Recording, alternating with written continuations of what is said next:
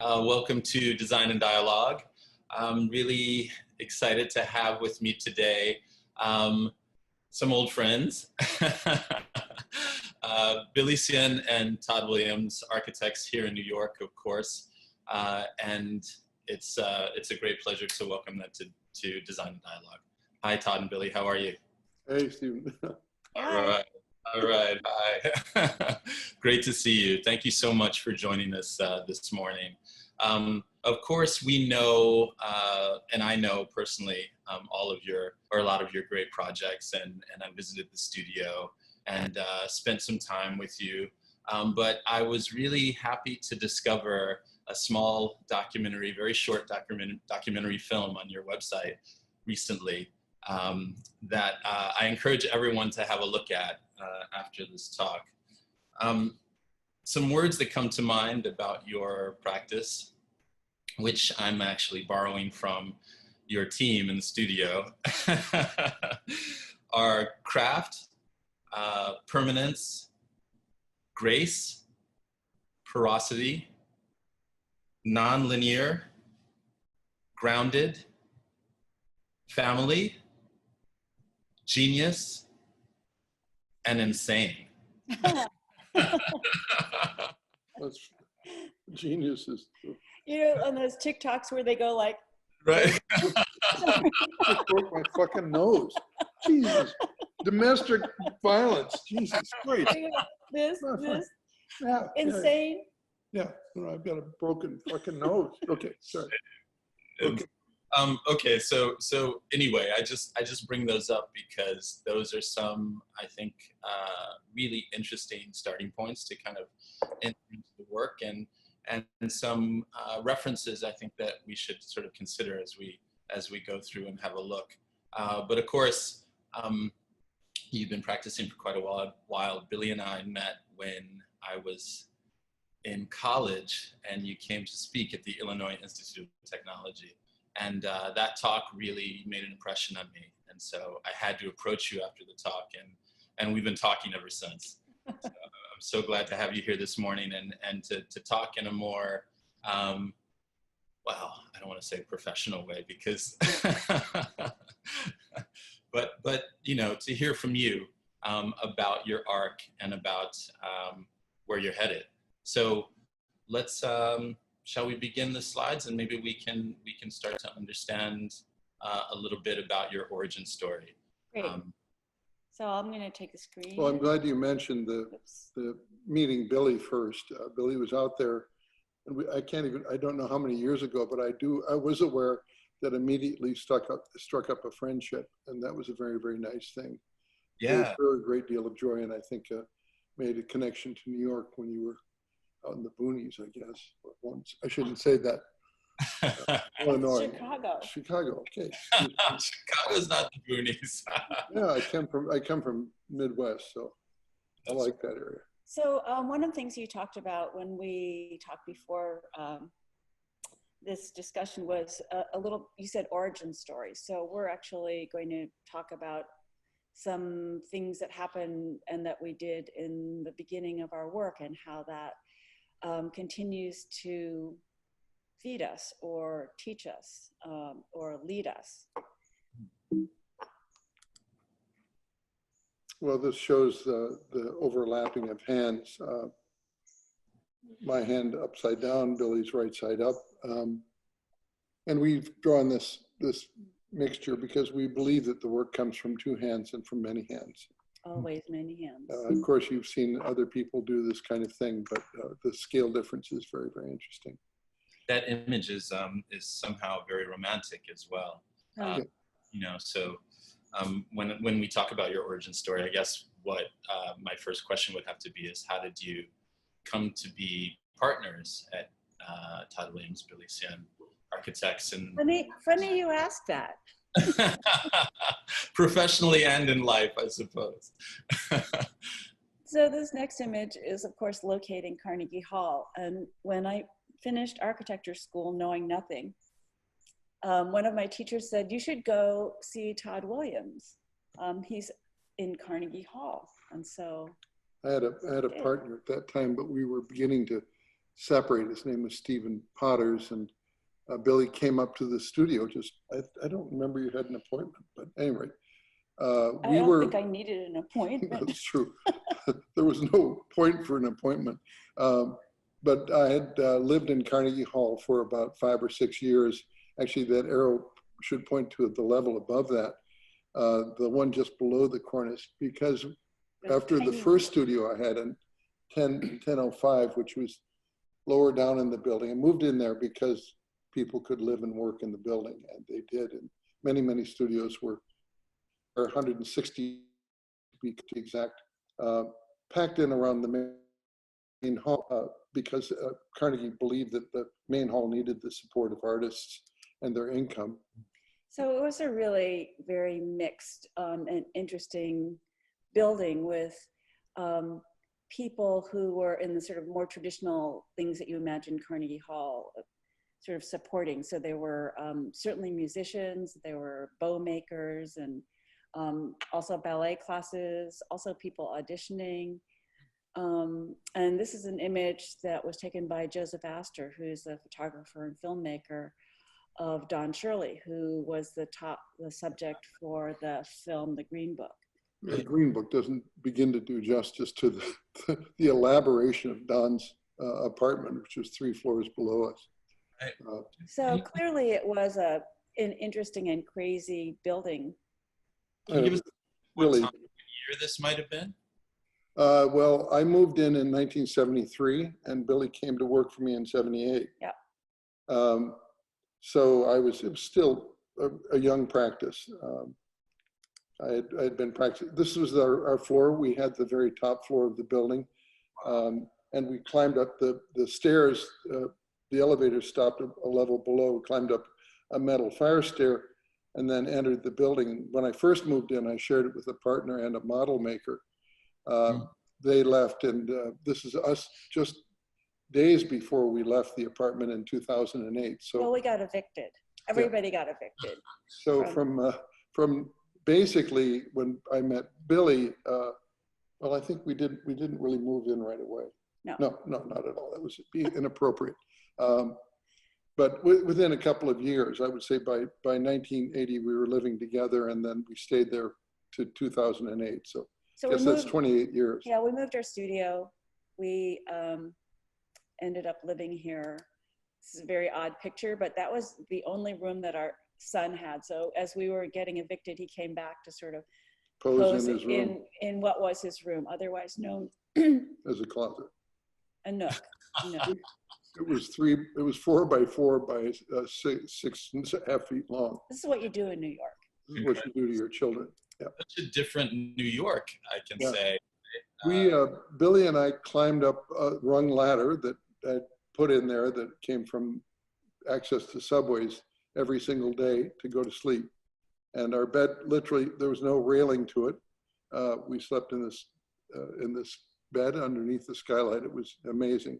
Oh, it's beautiful. And so that was 28 years of bliss. Yeah. It was, truly. I would never, great. I never wanted to leave. Sleeping under a skylight, I always felt kind of like Heidi. I don't know why Heidi. I guess I was high up. And Yeah. Yeah. Okay. We've always collected things and loved things, and some of them are ordinary. Many of them are ordinary. A couple of things on the right are from our son, who became a designer and is a younger colleague of Stephen, and his partner, Chen. Of course. And you also have, I noticed you have a fairly extensive art collection. I think I saw Chuck Close and an Ella Natsui amongst your collection. Yeah, interesting that Ella Natsui came from his very first trip to New York, and he brought that over in a suitcase and showed both at a gallery and also at an architect's home. We got that from the architect. Fantastic.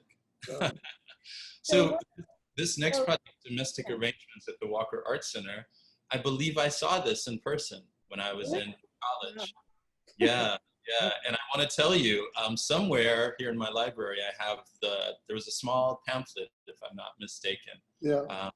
And this project in particular, as we go through it had quite an impact on me, because it was architecture, but it was architecture at the interior scale. Yeah. And it spoke to me how you managed to wed there was something very Asian inspired, right? And this kind of multifunctional set of surfaces, and then something very modernist at the same time. So yeah, thank you, Stephen. Well, this was a wonderful thing done by Mickey Friedman, who is married to Martin Friedman, the director of the Walker, and asked a number of architects to do installations there. It was very, very important in our lives. We had largely done interior work, and this is a chance to think about the relationship of experimenting with materials and us imagining that we might one day create a home for ourselves. Well, how you want to live. And so the materials were homosote, which are the walls that you see in the background, an expanded foam, which we used to cast the roof pieces, sonotube cardboard, and then pallets, moving pallets, which we filled with gravel and resin. And then this very long table, which I realize is an aspect of furniture that we continue to have wherever we go. We love really, really long tables, so you can leave a mess at one end and eat at the other. This, as it traveled, was reassembled. So the homosote was material really we'd learned about actually from students making models. And of course, it was recycled newsprint from Trenton, New Jersey. We got a stack of it 6 feet tall, and we intellectually figured out how much we could mine from a stack of homosote. And so these dimensions represent the depth of a table saw, the 8-inch table saw from which these were cut. They all then repacked. Very, very dusty. Well, I have one right behind us. I know, but very dusty to work on. I have to have one of those chairs if they still exist. Well, we have both that green striped carpet here where we are right now, and one of these chairs, although they don't look as pristine. So what's interesting here for me is that you're using these kind of industrial materials, which are common to in architecture in a sense, right? But reinventing them. And so there is a certain grace in your use of these long planks to develop a table, which is also, there's a suggestion of a bed. And the kind of, I guess, the economy of means at work here in terms of the homosote becoming both partition and furniture. Well, obviously, most of these things don't really work out, but I think, and even in our lives today, things don't work out, but I do think we can continue to grow every time we try one of these. And so it's one of the joyous periods to learn about expanded foam, which is not necessarily a healthy thing for the environment. We put the sonotubes in to reinforce them, but in fact, they were often used for the blanks of surfboards in those days. Yeah, I mean, a lot of times I was talking with some students and they were saying, well, how do you determine what materials you use?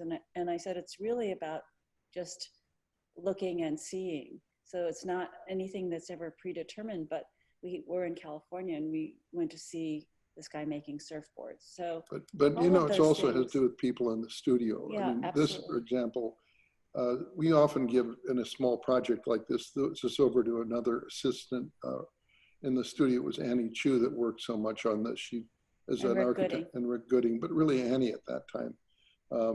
They're both architects out in California. This was a collaboration, another project we absolutely loved, and I wish we could do more. But again, it was both a success and a kind of perhaps, you know, more an experiment than a victory. So Elisa Monte is a choreographer and she has a dance company. And she asked us to work on the costumes and the sets. She was out of Martha Graham. Right. And so this, our idea that the concept was a Glenn Branca score, and the score was called The World Upside Down, I believe it was. Yeah. Very, very powerful pounding score, which was probably much too long for any dance. We had the idea that the set would actually be continuously movable, and an object that would be both a background and a foreground. And then we designed the costumes, which were less successful than they look in this image, but were something that could become both male and female. Well, and also up and down. Yeah. So it's a little literal. Can we stay on that image for just a second? Sorry, Billie. Todd. Backwards. Sorry. Go back. I just wanted to talk a little bit about your process and the way that in this project, for example, you're thinking at multiple scales. And so there's the sketch, which it feels to me almost as if it's imagining an architecture in an open space. Like, I don't get the sense that even though there's a kind of amphitheater, it feels more expansive than that. It feels almost like it could be outdoor. So yeah, no, that's correct. I think that's probably a conceit that these things can be both indoor and outdoor, and that they can relate to different scales. Mm-hmm. That, by the way, that came from the idea of a book. Let's say a book like this that can be hinged and turned inside out, and the piano hinge or the edge of the binding is very, very sturdy, and that enables something. And I would show that this could actually be cantilevered further out than the 1/3 that one thinks. So in fact, it could cantilever 2/3 out, and our idea was to break the proscenium and to engage the audience. So clearly there was an ambition here, and I think it was actually an ambition that was too strong it was overwhelming, and I think it was inappropriate to the dance. One of the things that I want to discuss as we go through your work is not so much about the kind of simplification of who does what, but more the more complex description that you've shared with me, which is about how each of you contributes to the collaborative studio practice. And so this image of the architectural space on the left feels very classical in a sense, right? And I'm making the assumption that that's your sketch, Todd. Yes. While the image on the right feels more, I guess, about the movement, about the body, about the poetry, about the I can imagine the fabric, the fashion, and I'm wondering, Billie, is that you? It must be me. No, it's clearly it's Billie. So I mean, I think, as we think about your partnership, it would be nice to hear how each of you makes a contribution, not to the individual projects per se. I'm just using this as an example, but to the practice at large, and how that collaboration with the whole studio then sort of expands upon your ideas. Yeah. Well, I do believe that this is the construction of that screen later, and actually in Amsterdam, and then the screen with a scrim that's been put on it, so it could be illuminated from the back or the front, and the dancers could dance on the frame or in the front and the back, or have it together. And then this thing constantly moved forward and back. Here the back is now facing the audience, with the dancers in front, with the light only in front, and then you can see that it then actually this was at City Center, cantilevered out over the orchestra, engaging them or denying them. I do think, I fell in love with many things that Billie brings to the table. One of them is, of course, her calm, her sense of propriety, her sense of taste, and two-dimensional sense that I don't have, color and so on.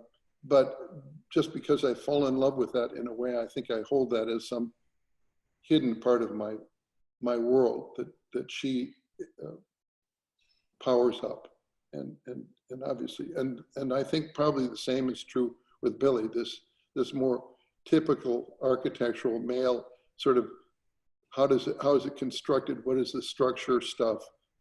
Is something obviously that she then helps to calm and create a kind of power, quiet power, find quiet power, the abstraction within that.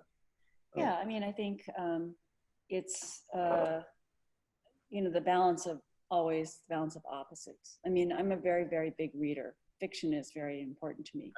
So essentially kind of linear sequence is how I see the world. It's a series of events. It's a series of places, and it's linear. I go from one to another to another. I mean, of course, literature is not always like that, but I'm talking about sort of in a general way. I think that Todd is not particularly a linear person and is thinking three-dimensionally, but it also means that progression is not necessarily his goal. No. His goal is understanding, but sort of moving forward is not so important. Of course, Right. It is important, but I think that that's how we sort of balance each other. I'm a little, yeah. So this is I didn't know if you wanted to go on about that, but I was going to. Please. We have to keep. So this was a project that we did. We met Isamu Noguchi in the studio in Long Island City. Of course, this is a very, very early image. So, but we then were asked to design a traveling show of his Akari lanterns. This is the way they're normally displayed. And we had the idea of, well, I think it was you or me, I don't know, it doesn't matter. But this is clearly a Billie image. These are both, the image on the right is by a terrific young artist named John Edwards. Edmonds. Edmonds. And then on the left is a dance by Tricia Brown. That is actually, yeah, it is actually Tricia. So this whole idea of not revealing yourself is actually very important to me. And I think also very much about how our work unfolds. We don't really want to expose everything immediately. We'd rather do it slowly. And then this idea of— When she says we, she means she, not me. Your favorite building is the Pantheon, so that's not a building that is exposing itself from the outside. So, Tricia did this piece called If You Could See Me, and during the piece, she doesn't turn around.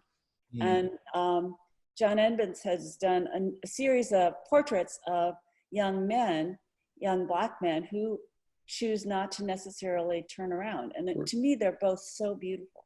And also about a kind of how you can control power without necessarily. No, I think that's true, and certainly something that can be learned. So Akari means light, and so we felt that we should do something that related to light. And we also felt that it might be more, obviously, once again, it's a little like the screen. Can we interact with the basic subject, which is the Akari lights? And so we created these screens made of very, very thin fiberglass with a hinge detail that was quite simple. They were moved both to a kind of peach color and a kind of blue-green color with a little bit of dye, and made in Long Island City in a simple way. But it was very beautiful.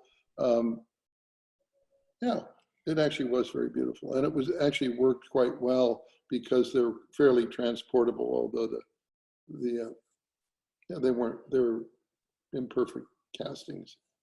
So through a series of screens, you controlled the space, but also what you saw. Yeah, and in a way, if you go back, I think that it is correct that the image of the hidden lantern is as powerful as the one that's in the foreground. In other words, the sense of light beyond makes this both utilitarian. It's after all a screen in a space, but it also is a light giver, much as the Akari is. And again, as Billie says, it's kind of, and then here again, you see the trope maybe of the long table, in this case of gravel, with rocks in the garden, a little bit like Rionji in our fantasy. So also, like what we did at the domestic arrangements with a very, very long, long carpet. In fact, here we're sitting at a table that's 20 feet long. Also, about this project in domestic arrangements is that both of them were also made by hand, right? So there's this element of craft and the idea that your buildings are still made by hand that I think is very interesting. So yeah, as we proceed through the work, we can talk a little more about that. Yeah, I do think that certainly robotics exists, but I think it's always the people behind it. And Folk Art Museum, this is obviously something that is, folk art is something that is by work that is by untrained artists, and sometimes people who are incarcerated, and other times people who simply didn't have contact with academia. And it was a tiny site. The building no longer exists, but that was the site. We're really not going to show 40 the project. feet wide. But again, this is another idea. Once again, the idea of withholding to expose. Now, one could criticize the building for being mute, but I actually believe that glass and dark glass can be as mute as a solid wall. And then the issue of the sense of material that has been touched by hand. So, we went out to Talich and the foundry in Beacon. Try to understand what the fabrication process was. So that's Billie in the jeans and me in the shorts. Actually doing trying to cast to understand ourselves. We're not artists, but we are fabricators. Or fabricators. We're just trying to understand a little bit what it means to be in the process. Can you tell us a little bit more about the materiality of the panels? Like, what are they? Right. made? I mean, it's a much longer story actually that came from. I won't even go to that. By the time we got into the idea of metal, Billie was wearing a bracelet. Well, I bought Billie a bracelet by Darcy Myro, who was a jeweler still working and she had made the bracelet. She'd gone to Cranbrook and made the bracelet by chewing wax and then casting it.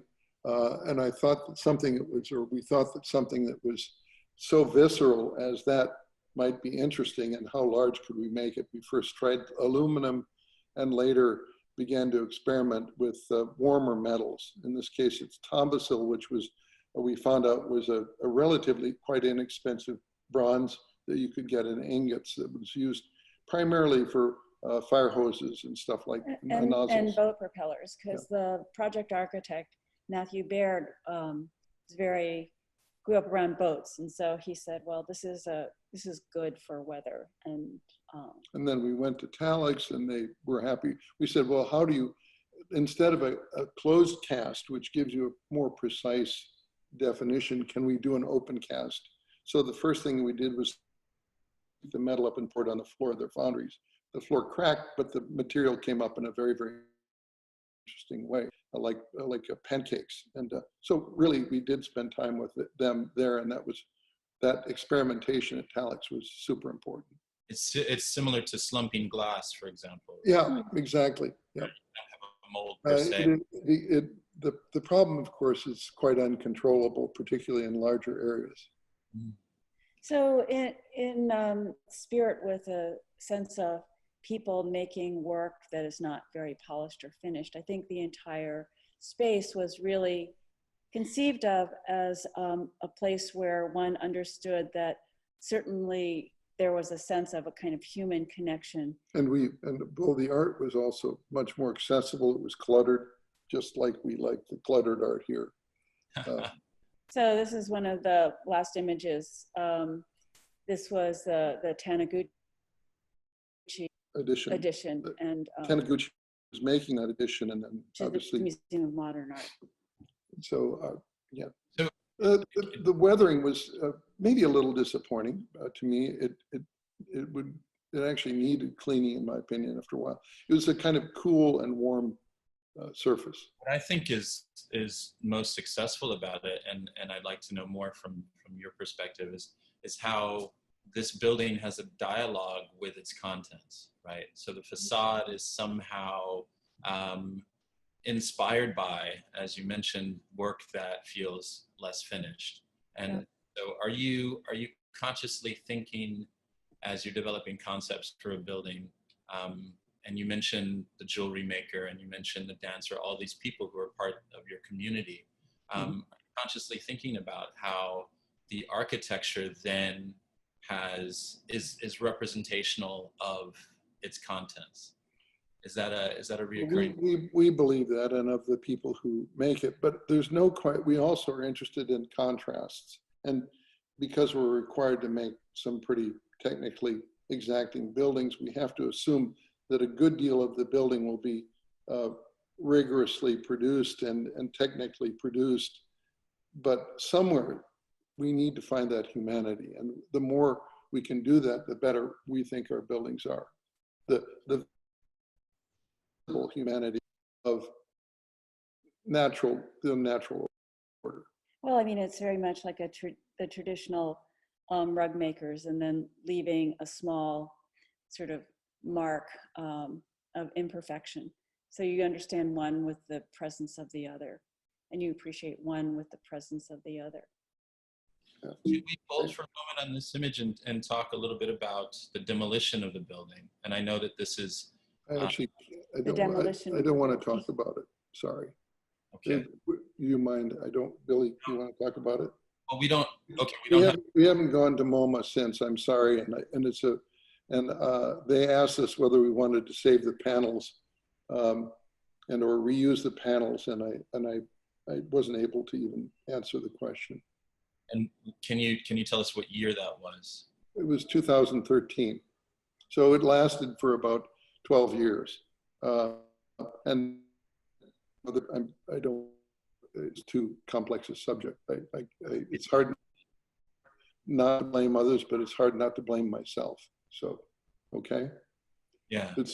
I mean, I always say that it's painful, but it's not your child. Yeah, we make it. Let's keep going. Okay. Thank you. I mean, given the public nature of your work, and you're working on public, I mean, you're best known for public buildings. Yeah. It is something about how you negotiate. I guess the question is, how do you negotiate that relationship to the client and to the public and to each other, in a sense, at the same time, right? I know it's a complex set of issues that you have to kind of navigate, but I'm really curious about, is that top of mind when you're developing these public buildings? It's interesting because recently we had a meeting, and the client representative said, you guys have to go in there as a united front. He was talking about the two of us, not just our whole team. He said, because it drives our clients crazy when you go in and you disagree with each other. And I said, wow, you're asking us to change like 35 years of behavior here. I don't know whether it's been possible. It's the conversation and the dialogue between the two of us that is the way we go to the end point. And I've always said that Todd and I share the same destination, but we have totally different ways of thinking how we're going to get there. So, they just want us to agree, but I always see something that bugs me, and it's very difficult. Very difficult for me to be happy. Well, no, just unhappy because we're constantly trying to get to something that I'm not happy with. But I know the directions where I want to go. Sure. So I think one of the reasons why it's been most useful for us to sort of work with a lot of nonprofits or within a kind of more a sort of art world context is because I think when people are used to having a discussion and a dialogue that is not necessarily the clear answer right away, they feel more comfortable with witnessing, the sausage making. I think when people are used to getting more clearly a product, and some of our clients in this particular nonprofit are actually usually the donors just want to just get through it and give us the right answer. They're developers, and so they're more clearly used to kind of this is what it's going to be. And so it makes them feel insecure. Well, they're the to people that watch make the this. money usually. Anyway. And you know, and we're spending the money, and you know, that makes them nervous. Yeah. Yeah. Yeah. Tough movies. Yeah. So probably speaking of a difficult person, this is Albert Barnes, who was the collector who put together the incredible Impressionist painting collection in Philadelphia. And he was a difficult person in many ways, I'm sure a terrible and horrible client, but he wasn't our client, but he believed very much in the importance of education. And he was very close friends with John Dewey. So who believed that a democracy is strong through the education of its citizens. And so this was the sort of goal. Yeah. Barnes and Dewey, particularly as Barnes first looked at art, and this is the Postman by Van Gogh. It's one of the earliest collections. As Barnes went along, he increased his range of interest in art to begin to include hardware, and believed that it could be art, or what pieces could have been anthropological before that, whether it's a Navajo blanket or an African artifact. Or medieval hardware. Yeah. So he had hired Paul Cray, and we can move through this. This is his collection and his way of hanging it. I think he was constantly also searching for the right way to hang it. And when we thought about the building and its exterior, we thought of something that was a little like a tapestry, an African cloth. We actually probably see one in the background here. We collect them, and Barnes collected them. This is a kente cloth. So we thought that it should be made of stone, but it should feel like a woven facade. So this, of course, this makes me think of your work. oh, thank you. This is about the rhythm of the facade, and also about, in some way, a reflection of Barnes's methodical means of hanging. So go back too quick. I want to go back to the facade of the building. Sorry, these are things we noted. That's our building. See the three lines and the sort of weaving. Let's go backward. It's going forward. I don't know why. We're going forward really quickly now. Okay, well, Billie, you can use the arrows to go back. There's the voice of calm. Okay. So you note this Paul Cray facade actually is quite a mute facade with windows in it, and it's neoclassical and centered. So the way we interpreted it was that the stones were not of consistent coloration at that time. And I felt, or we felt, that we could read a tripart or several partite sort of layering of this. So one of the things we interpreted was that this felt like it was both neoclassical and, in a way, a kind of wrapper. Right. And then we saw this as another kind of wrapper, as the gallery's wrapped. For the sake of the conversation, can you just quickly go over the brief for the project? Oh. Thank you. It's there was a collection that Barnes put together, and it was actually a house museum in Marion, Pennsylvania. And over time, although it was his intention that this house museum would be open to many different kinds of people, because of its location, it wasn't near public transportation, and because the neighbors, because it was an increasingly wealthy area, weren't happy about having a lot of cars drive through. Fewer and fewer people visited the collection, and it was very difficult to get into. So the board of directors decided that they wanted to move it to downtown Philadelphia. There was a lot of pushback. And one of Barnes's— Well, their logic was that it would be able to be more accessible to more people, right, and that they could finally air condition it in the right way and find perhaps collection storage and have more visitors than they could here too. And then in order to actually make the move, the directors had to go to court. And in the court case, the final result was the judge said the collection could be moved, but the hanging and the installation needed to remain the same. So that ensemble, the rooms, and the needed 22 to be rooms same. needed to be in the same organization. So you move from room 1 to room 2 to so on. I don't know whether we're showing that here, but I'm afraid we're going to. So that was the facade story. That's the facade. We're only really talking about the facade because there's so much of a story to tell here. But here we can begin to see some of the stone, the exterior stone that we used, and that learning about the stone is a story in itself. So eventually we chose a stone from the Negev. We went to Israel. We then went to the Negev and then to Palestine, where the stone was tooled and cut, and discussed with them what techniques were possible, and found something that had not been done before. The original collection was in a garden. And so this idea of entering axially in the front from the center of Philadelphia was important to us. And it goes back to this idea of not revealing yourself. So you walk around really to what is the kind of back of the building. And then you don't actually walk directly in, you walk towards the water and then you walk to the side.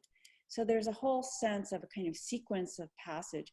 And each area of passage is marked by something that hopefully has a memory or a connection to what exists in the museum. So once again, it's an expression of what is in the collection. So since he collected textiles, this is a mosaic on the floor, which is based on a traditional weaving technique, which is called a liar's cloth. So Billie took a drawing of a liar's cloth, sort of redrew it in her way on the left. And then we took it to people in Long Island City who could cut up the pieces of stone and create that. So there's something about the kind of the legibility of the collection, not only being read as it was sort of relocated, but then being read through the new structure that you're building. Yeah, exactly. Because this is now additional spaces that never occurred. It also has within it the original sort of box of paintings. So the box of paintings, the rooms within the box, with some exceptions, has been reproduced, you know, always sort of changed in terms of its detail, but reproduced in its new So we location. asked them to conceptualize this as an outside space, and that's why we said it should have stone on the inside of it and it should get natural light in. So the box that Billie's referring to is there on the left. That's the reconstruction of the home in a way, So or the home gallery. Procession is from the outside in, and then once again to an interior space that makes you feel as if you're on the outside, right? Exactly. So there's a kind of lock. Those two people walking in have locked into the space. They then are on the outside, but still on the inside. And then they have to go diagonally across the space and into the center of the galleries. So there are also study rooms, courtyards, but essentially the sense of the gallery has been retained. So we certainly kept the hanging, kept the proportions, lightened and changed the color and looked at all the details, but tried to both reproduce the spirit of the details. I think we're the final, oh shoot, gosh. I know, we talked faster. We've got 2 more projects. Jesus, so are we out of time? You told me that you... No, we're fine. We got about 10 more, let's say 15 more minutes. Okay, It's great to see the work, and it's also great to see how there's certain themes that are carried forward, right, through your project. It's weird. It's weird. Yeah, one of them being the skylight. So I think we'll continue to talk about that. Yeah. So Prospect Park, Olmsted and Vox, and this was how they used the lake, which they actually created in the wintertime as well, this skating part of rink. Prospect Park was in fact the more populous part of the park. So there was a lake to skate on, a lake to row on, a carriage concourse for people to stop at, a concert grove, a music island. It was a little tacky, but Olmsted and Vox, and particularly Olmsted, believed that these were a refuge for people in the rapidly expanding industrial city that were absolutely critical. I mean, parks are democratic space. So the more activities, the better. Unfortunately, all of those activities began to fail at some point, and in 1961, Robert Moses had them make a rink and turn the carriage concourse into a 300-car parking lot. Wow. So the rink filled in part of the lake in order to make that skating rink. And in our project, we work with Prospect Park to restore the lakeside, restore the island, and then to take what was a parking lot and turn it into 2 skating rinks. One, which is a kind of oval, which is for free skating, and the other one below a green roof, which is for ice hockey. Or in the summer for play or And it's it's functioning year round, if I'm not mistaken, right? Yeah. Yeah. And it does mean the park is more active, and all of the space, with the exception of going onto the space for ice, or I guess the hockey rink, is free and open to the public. So we've buried buildings that are there, and our basic concept is a floating plane. So it's once again a kind of an abstract seeming closure of a space, but then opening it up another way.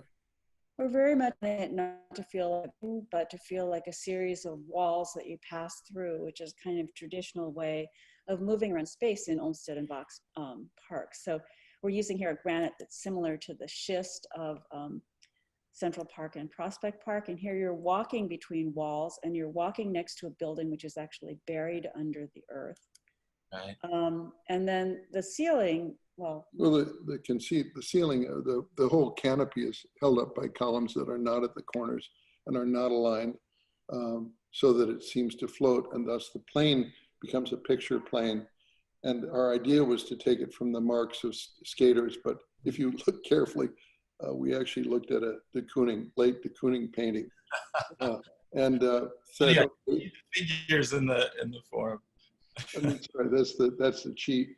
So the ceiling plane is in fact a picture plane of the sky, and those carved sections in the plane are actually not lights at all, but they're just silver paint. Kind of the whole thing is a bit of a you can't get so close to it. So the lights are both lined in lines. You can see over this child's head that they're in a line for even illumination and then for uneven illumination. Is there a reference there to the night sky at all? To Grand Absolutely, Stephen. And we've done, I'm sorry to say that we've done that before in different ways too. So you can see here. Pleased to say, I don't care. It's just that we return to these themes well, maybe we can not do it the next time around. So it's also water play in the summertime, and you can see the umbrellas on the top show you that the earth has been brought over the top of the building. But it frames a view in a nice way. The final project is our presidential center. Billy, go for it. I'd just like to, interject for a second to talk about this idea of reinvention. I believe last Wednesday, my co-host Glenn Adamson was in conversation with Heli Angirius, and she said something like, everything is based on something else. Everything is built on something else. So in order to kind of, I guess in a sense, be true to herself, she builds upon her previous work. And I think this is one approach creatively, right? Like we don't have to always think about reinventing. And I wonder, are you challenged by that? Are you consciously trying to kind of reinvent, or are you comfortable building upon your other projects? Well, as long as we, that's a very interesting question. I'm not particularly comfortable, but the truth is we must build on both our past work and actually on the shoulders of others who came before us. So there's no question about that. So clearly we want to find an original answer. And sometimes the original answer actually isn't one answer, but is two answers. Like we're an answer to a typical male architect. That is, we're a couple, in other words, so things by put together in a different way can produce a very, very unique result. Yeah, I would say that even people. I think we very deeply rely on on the work of others. Of course, both immediately people in our studio, but also work of others in the past. I mean, one of the things that we'll talk about in the Obama Center is he is very much determined to acknowledge the people on whose shoulders he stood and be there so that other people stand on his shoulders. So it's not about the past, but it's about how you create a future. And so one of the things that's interesting as we looked at the different presidential libraries is, of course, they're very much about legacy, and they're very much about enshrining, in fact, literally the papers of that particular time. One of the things that's different about the Presidential Center is, number one, there aren't that many, it was digital, it was the first digital presidency. So the idea of putting papers in bankers' boxes and keeping them in the dark doesn't exist anymore. And well, one of the things that the president believes shouldn't be enshrined. right. So he's also contradictory because he clearly is a monumental figure and exists as such, both because they both believe in that aspect too, and it's the way of ennobling people, but it also doesn't want his life to be over through the presidency. And although he's been quiet, he's been really working very, very hard. Right. So this image of the Johnson library is the opposite, right? This is the traditional sort of vault of documentation. When we sent in our qualifications for the work, this project, these two words were very, very important. One is ennoble, the other is enable. And certainly we needed to make something that acknowledged the nobility of this moment in time and this person in time and what this represented. And at the same time, this word enable is very important because that's what his work was dedicated to, enabling other people from the earliest days when he was in Chicago organizing to really now, and that's the focus of the Presidential Center. Yeah, and we then equated ennobling with storytelling. In other words, putting your fingers in front of the fire and telling a tall tale and in a way enlarging history. And then the other one is story making, which says that every person has a story to tell and every person should have a voice. So that, and then then we actually presented this as an idea that it would not just be a landmark, a singularity, but it would be a plural. That is, it would be a campus. And so we came to the presentations talking about these as values. Without really so much a clear idea of what the thing was, but what are the values behind the thing. So the site is in Jackson Park. You can see along Lake Michigan. And the two parks are connected, Washington Park, Jackson Park. You're a Chicago guy. I am, yeah. I grew up not so far from Michelle Obama's house. Oh, really? Well, yeah, my grandmother, my whole family from that part of the city. Actually, that's a kind of nice, well, the real South Side that everyone talks about is a little further south and west. But the fact is that this is largely, Chicago expanding down here. It's a longer story about Olmsted and Vox and this park. And it's, well, in a way, we felt one of the tragedies of this park is that it has this 6-lane road going through it.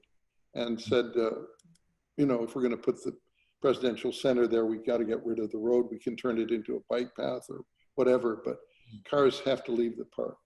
So one of the big things is that the road will be taken out. The running track actually has been moved further south. And we would like the LeFrac is we're burying at least 2 or 3 of the buildings, 450 car parking garage, part of a structure which we call the library, and then another structure we call the forum, leaving basically an icon that is the museum tower and a plaza. Can you talk a little bit about your collaborators there?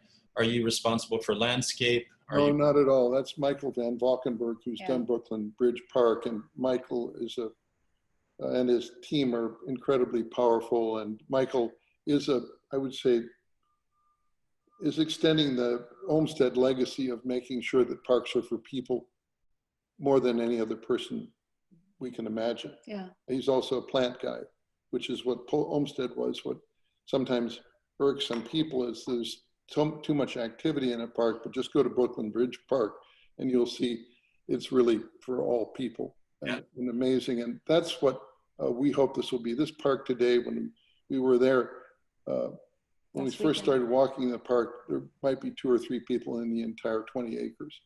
As we developed this building, we thought of it being a kind of a lantern. Weirdly enough, because it's got a museum in it, no one wants the windows that we wanted. And of course, we believe in solidity and form making, that you can bring light into buildings without having them turn into glass. One of the things I think that the hands were doing, because there is a very low element to the presidential center, which is the part that's covered with earth. Then there's the sort of iconic element, and the iconic element we really thought of as, you know, being cupped. And being different people's hands. Yeah, and holding a sense of light, and also many people's stories, because one of the things that is very important about and Ralph Applebaum is doing the installation design, is that it needs to be about many people's stories. And in this tower, it is the many people's stories who led to the presidency. In all of the low buildings and the lower level, because we have both a ground level and a lower level, those are all about the ongoing stories. So it's like, you know, existing stories, stories of the future. I think it's time to open it up to questions, if you don't mind. I know that we got a few here in the chat. Let me just see. Here we have the opportunity for the audience to ask the questions directly. So I believe the first one from Peter Karzatsky. Peter, are you still with us? Would you like to ask the question directly?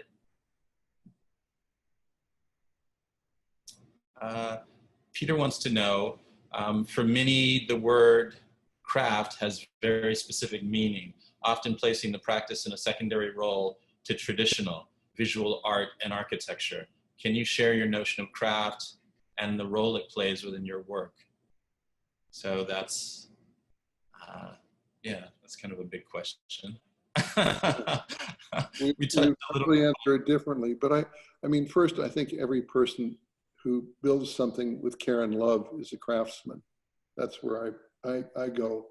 And they know the material better than anyone else. We know a fisherman who happens to be an oysterman, and to hear him talk about the craft of oystering, to me is to talk about the craft of art and life. So that's where I stand. I think if there's anything, there's so many things that this particular time is teaching us. It is to think about what is really of value. And, you know, what lasts, what really counts. So is probably style is not one of those things that is of value, but the ability to do something really well and is of value. And so where does that sit within a hierarchy that has been sort of determined by people who may not be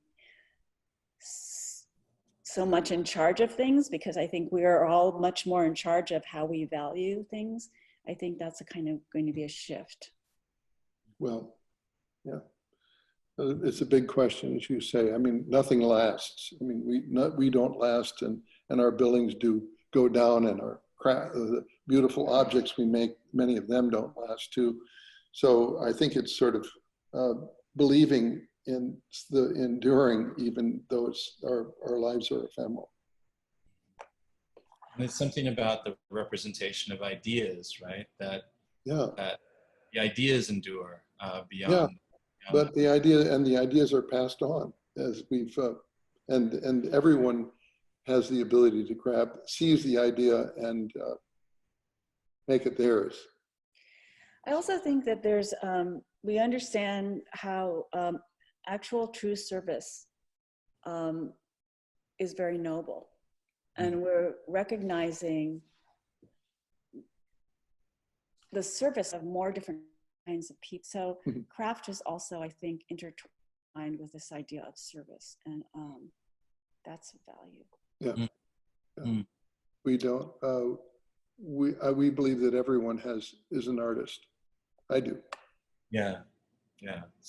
I believe everyone's capable of design. Yeah. And so architecture in service of the public is what we'd like to thank you for. All right, Todd and Billie, thank you so much. This has been an incredible hour spent with you. And obviously I look forward to many more. Jennifer Luce, hi. That's her name. Probably others that I can't see. Thank you so much for thanks, Stephen. inviting us. Yeah, it was great. I'm sorry we talked too long, but no, you were great. You were great. I really appreciated all of it. All right, you guys. Coming up on Wednesday, let me see. Lucy, can you tell me who Glenn will be speaking to on Wednesday?